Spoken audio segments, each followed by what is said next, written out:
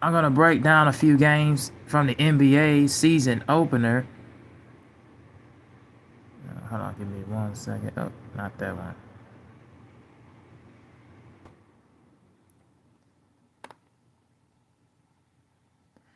So first up, we're gonna talk about is the season opener between the Houston Rockets and the Oklahoma City Thunder. The Thunder won by the score of 125 to 124. Game went into double overtime. The Houston Rockets gave the Thunder gave them everything they could handle, and the story pretty much for the Rockets was Alperen Şengün, who had 39 points in 49 minutes, 11 rebounds. Kevin Durant had 23 points in 47 minutes. He fouled out, and he had ended up with 9 rebounds and 3 assists. Amen Thompson and Jabari Smith are the stories also that I wanted to get into because number one, Amen Thompson and Jabari Smith, they're not going to get the credit, but as far as on the stat sheet goes, but their defense down the stretch and was able to cut the deficit that the Thunder had, because I think the Thunder was up by double digits in the third going into the fourth quarter. Both of them was able to cut the deficit. Hello, Moto.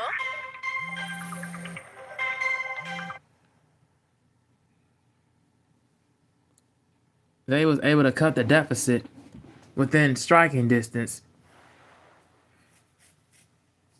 They was able to cut the deficit from 12 and all the way down to 5, and then they was all the way able to take the lead, and then the Thunder came back and roared back.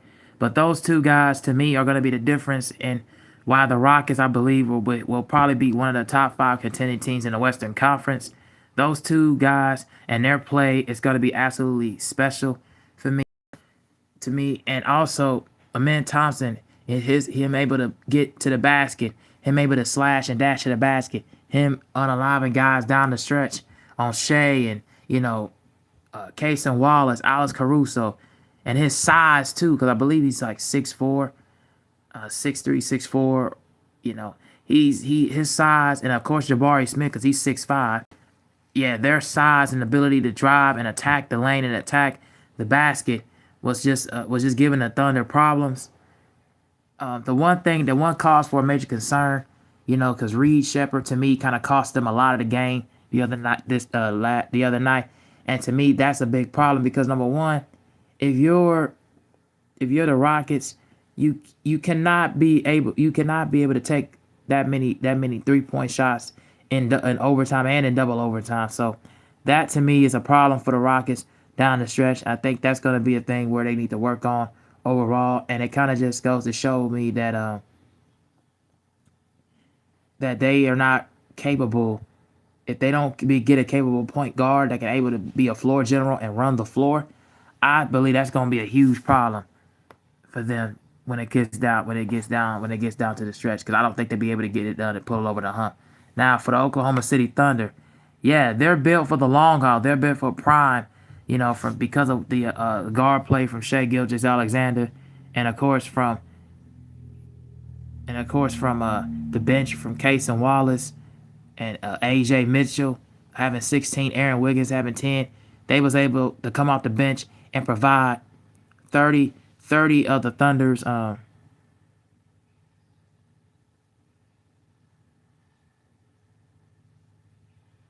just look Louis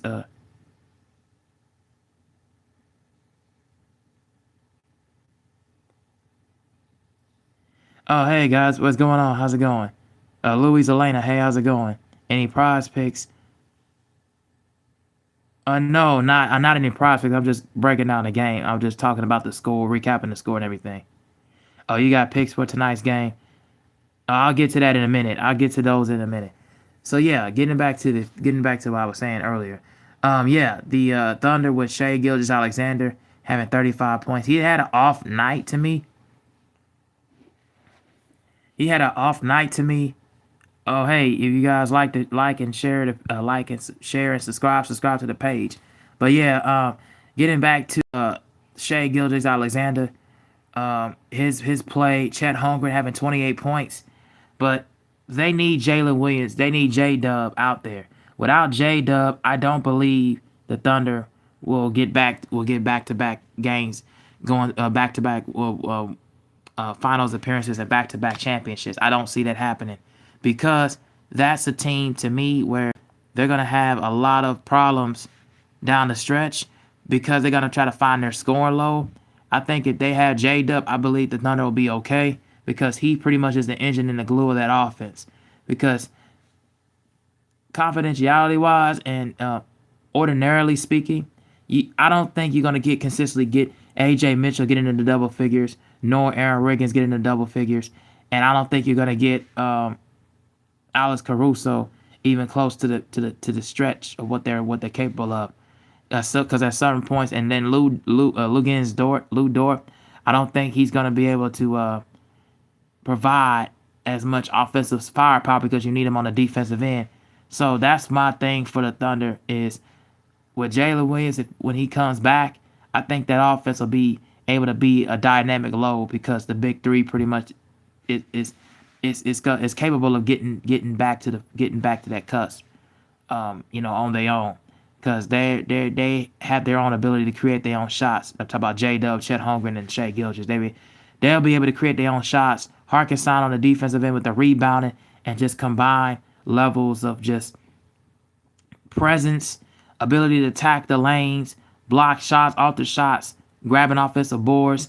His size and presence is just too big for them, and that would be the main thing I would say would get them back in the playoffs and be a little bit more confident and tough to beat. But the Rockets, they'll be able to pose a threat as the next team I will be able to talk about in this next topic, and that is the Warriors and the LA Lakers. The Golden State Warriors are, in my opinion, that team to me that will be the next team up that's going to be challenging the Oklahoma City Thunder. After what I saw last night, they were absolutely dominant. The score will never indicate of how I saw last night's game turn about. They are absolutely... Oh, hey, what's going on, Chris Alexander? Yeah, you say you made a parlay for tonight's game between the Vikings and Chargers. What was your parlay? Oh, I'll talk about the Lakers in a minute. Yeah, and I ain't got no nice thing to say about a lot of them, so wait on that. I got a lot of things to criticize for the Lakers. But anyways, the Warriors to me are gonna be that team that's gonna challenge the Oklahoma City Thunder. After what I saw last night, they were absolutely on point. 119 and 109. The score would never indicate what I just saw. So Jonathan Kuminga off the bench had 14 points. He had a few points coming from the free throw line, but 14 points off the bench in under 20 minutes. But let me talk about the other star, Buddy Hield off the bench having 17 points in 14 minutes. That was incredible play from the Warriors. Presence. Man, that bench was on fire. Brandon Pajinski was killing it as well. His assisting, his playmaking, and also Steph Curry's ability and versatility out the ball. Draymond Green getting to his spots. And then Jimmy Butler, man. If Jimmy Butler continues to be scoring 31 points or at least getting into that 20 points per game range, or a little bit over, that this Golden State Warriors team to me is going to be a tough outing. And yeah, they were absolutely ferocious down the stretch. And I believe personally, if Steph Curry was there in that lineup against the Timberwolves in the semifinals, they would have probably beat the Timberwolves. They would have beat the Timberwolves, in my opinion. And that's not an indicator. That's just a fact. That's just a pure blunt fact. I would believe with Steph Curry in that lineup, they would have beat the Timberwolves. I don't think the Timberwolves would have had an answer to slow down Steph or had an answer to really contain Jimmy Butler. The only thing they would have done is they would have done a lot of double teams. And what you saw last night, from the Lakers, defensively they were atrocious, absolutely atrocious. And also with the Warriors, let me just add another point to this reference. The Golden State Warriors had so much play from their bench. Their bench scored at least 33 points. They were like 12 for 25 from the three-point line, which, I think that was like close to 40%. So they were on fire from there.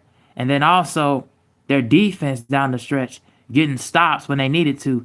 That's the thing that's going to help them out in the Western Conference because you're gonna need that, especially when you're facing teams that got size like the Spurs and the Mavs, which I'll talk about in the next topic. Uh, and then of course the Rockets with Şengün and Steven Adams and Amin and Jabari Smith. You're gonna need the size, and then picking up Al Horford was a big thing, was a big factor. And the reason why I say that is because he provides the size and the rebound and the offensive rebound and the clogging in the middle.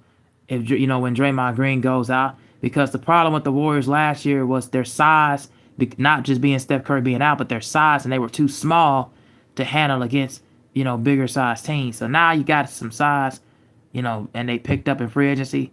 They kept Kuminga, so I think that's going to be a big key factor for them moving forward.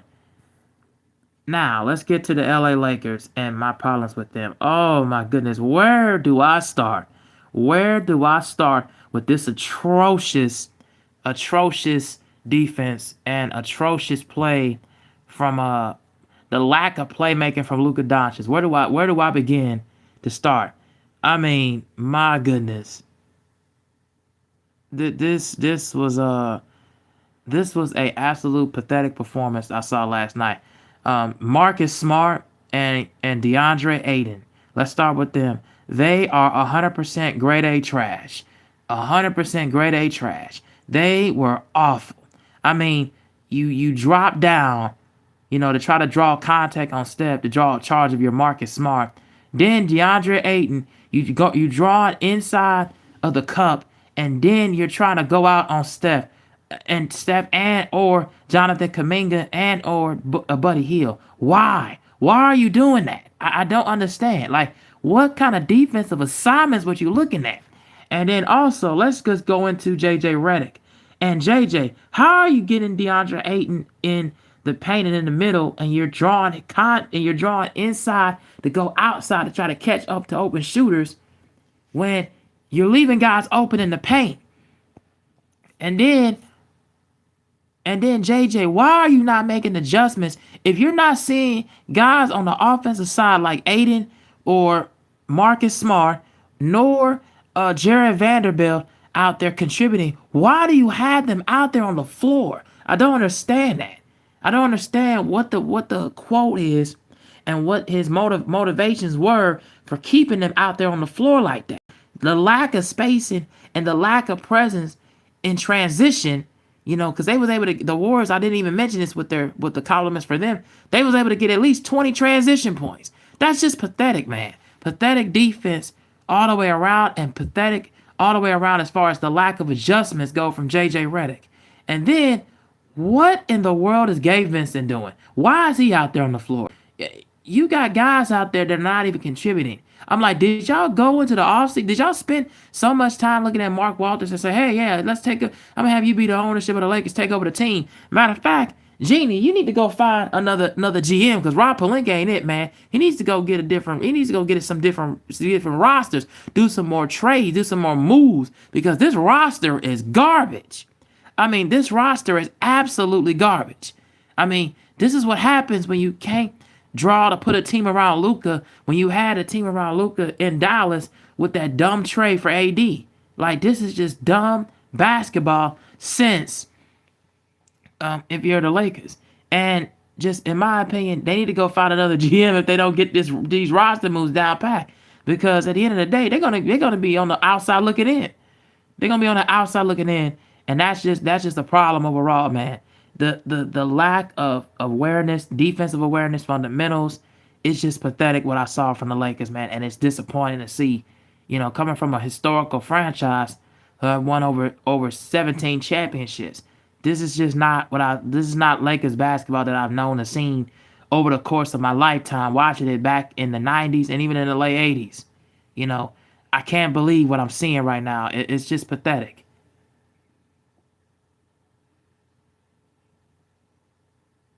Yeah, I know. Yeah. Exactly, Chris Alexander. Like, we from the Kobe era, and you would think with the guys with Kobe and Shaq and Glenn Rice and Rick Fox, Nick Van Axel, Smush Parker, and all them, you would think, and Derek Fisher, and Big Shot Bob Orr. You would think all them guys that are watching down and looking up and seeing this team right now, and they can't draw and put an arrow around them. Historically, this is garbage. I just don't like what I'm seeing right now from them, man. And it's pathetic. If they don't make no adjustments when it gets down to like January or February, make any kind of adjustments to try to make some roster moves. This is gonna be a long season for them, and I ain't gonna lie to you, they're gonna get a lot of coverage and televised games because it's the Lakers and they're historic, but they're gonna be on the outside looking in as far as coverage, man. And ESPN and all sports and all these programs, they're not gonna be looking at them with a blind eye. They're gonna look at them and they're gonna get criticized. And then this all comes with LeBron James being out on the sidelines. He would not look at Kobe would be looking down. Shaq is already looking down. And rest in peace to Jerry Buss. They all looking down and looking up and seeing what's going on with Jeannie. They are looking with side of disgust and disappointment. They're looking at a side of disgust and disappointment. Because they're seeing that LeBron is taking over running the team in his own way. And want to try to say, oh, he's going to be out for at least a month with, I forgot what the injury he had, but it's like, wow, like it's just pathetic, man. Absolutely pathetic what he's doing and what he's doing with the team and destroying the team as we all the fabric of what we know it. And they're going off of that bubble title, which to me was whack as hell. So yeah, in my opinion, I think that the Lakers need a lot of changes. They need a lot of changes and they need a lot of adjustments moving forward, because if they don't, it's gonna be a long season for them, and it's gonna be a lot of things to address. If the season's over, if they don't make the playoffs. So, and LeBron pretty much, I'm thinking like he's gonna retire. So, yeah, he needs to get out of there because this franchise is just pretty much decrepit at this point. So yeah, those are my thoughts about the Warriors and the Lakers. It was pretty much a long rant, as you can already tell. So let's get to the actual games that happened last night. Starting with the Cavs and the Knicks. So I will do my prediction video later on throughout the week of the NBA and my top 5 contending teams for this season. And be on the lookout for that. So the Knicks won 119 or 111 over the Cavs. The Cavs did not play with no kind of fire and energy. I think because they didn't have Darius Garland out there. Donovan Mitchell and Evan Mobley were basically the only guys, contributing right there and there because of the fact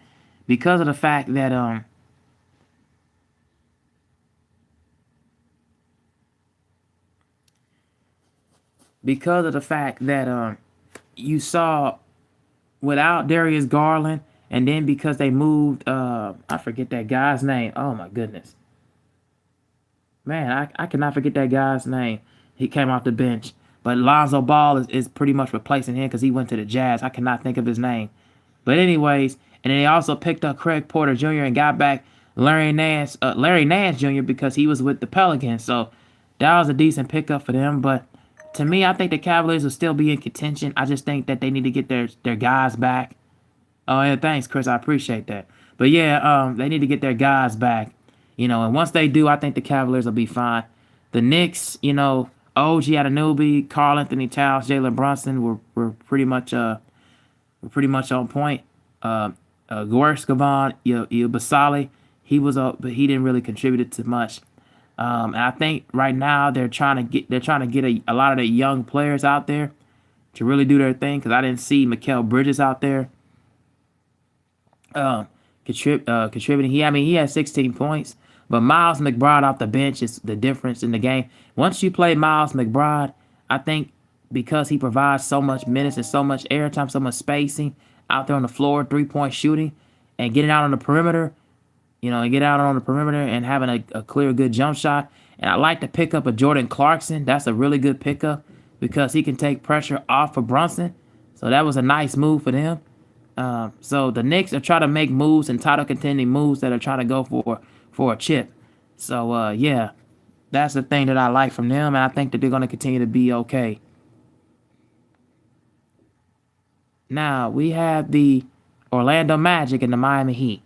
So, the Orlando Magic won 125 to 121. As the Magic had outscored the Miami Heat in the second and fourth quarter. Miami tried to cut the deficit a little bit to make it interesting. The pickup with Norman Powell, would go along with Bam and Andrew Wiggins was decent. Norman Powell had a decent game. I didn't like the fact that the Clippers let him go. I thought that was done on their behalf, but they got it within distance. I don't think the Miami Heat will be as good as people try to make it out to be. I think the Orlando Magic, however, with Paolo Banchero and Franz Wagner, Jalen Suggs, Desmond Bane, which was a great pickup. He got 23 points in 33 minutes. He was the difference maker, and he made everything happen for them.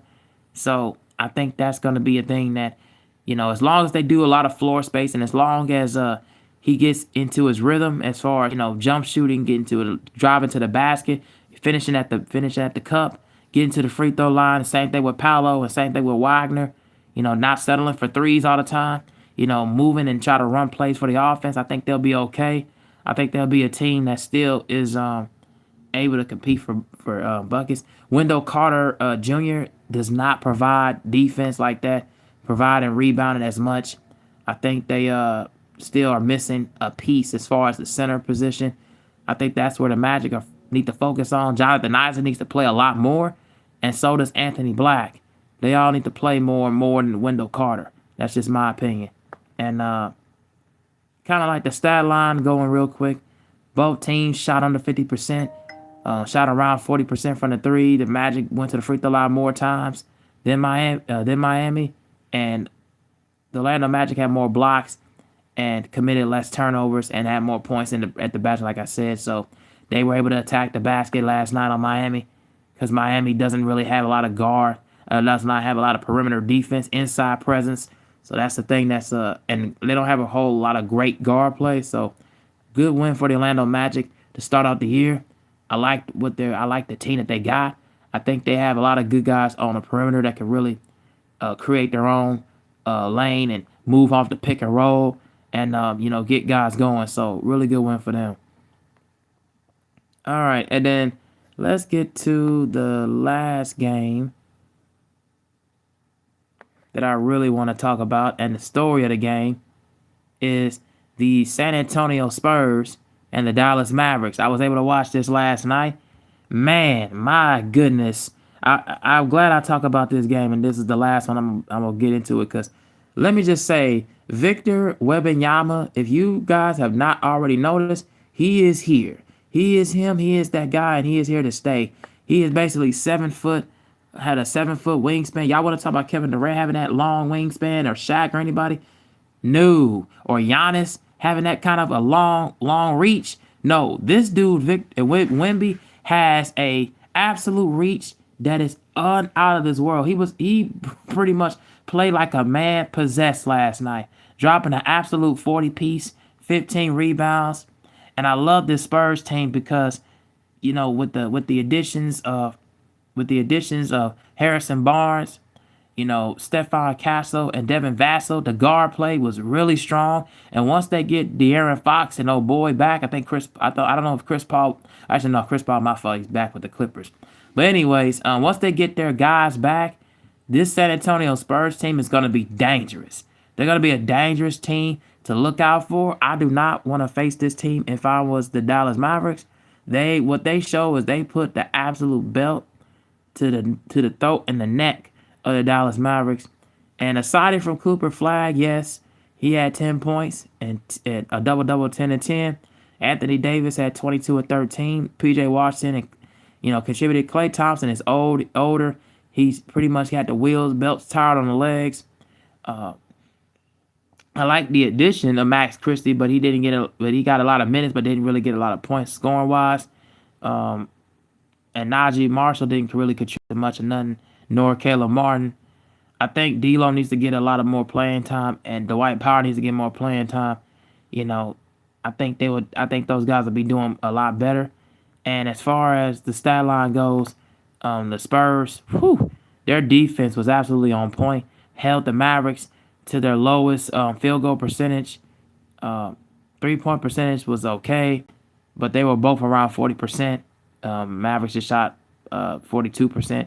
Spurs shot 57% from the field. My goodness, they were absolutely tearing it up, dominating the rebounds, dominating the assists, committed way less turnovers. Damn, it got dang near close to 70 points in the paint. It's just absolutely spectacular the way they play. So yeah, man, the Spurs were just dominant all the way around. Victor Wembanyama is gonna be an absolute baller, a difference maker in this league. I love watching him play. I love how he attacks the paint. I love the fact he's worked on his post game, his fadeaways, his jump shots. He's able to really, just step into his own. So that is my thoughts about the Spurs and Mavericks. The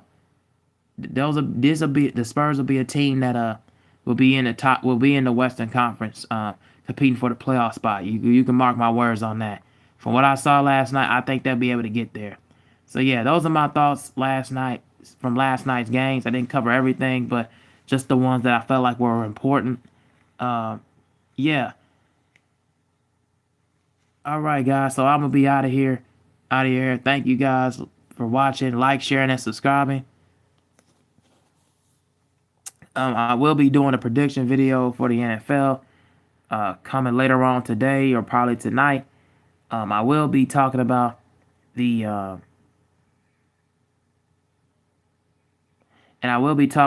latest news story that I just saw with Chauncey Billups and Terry Rozier, and that's a breaking news story. But all right, guys, I'll get out of here. Thank you all for watching. Peace.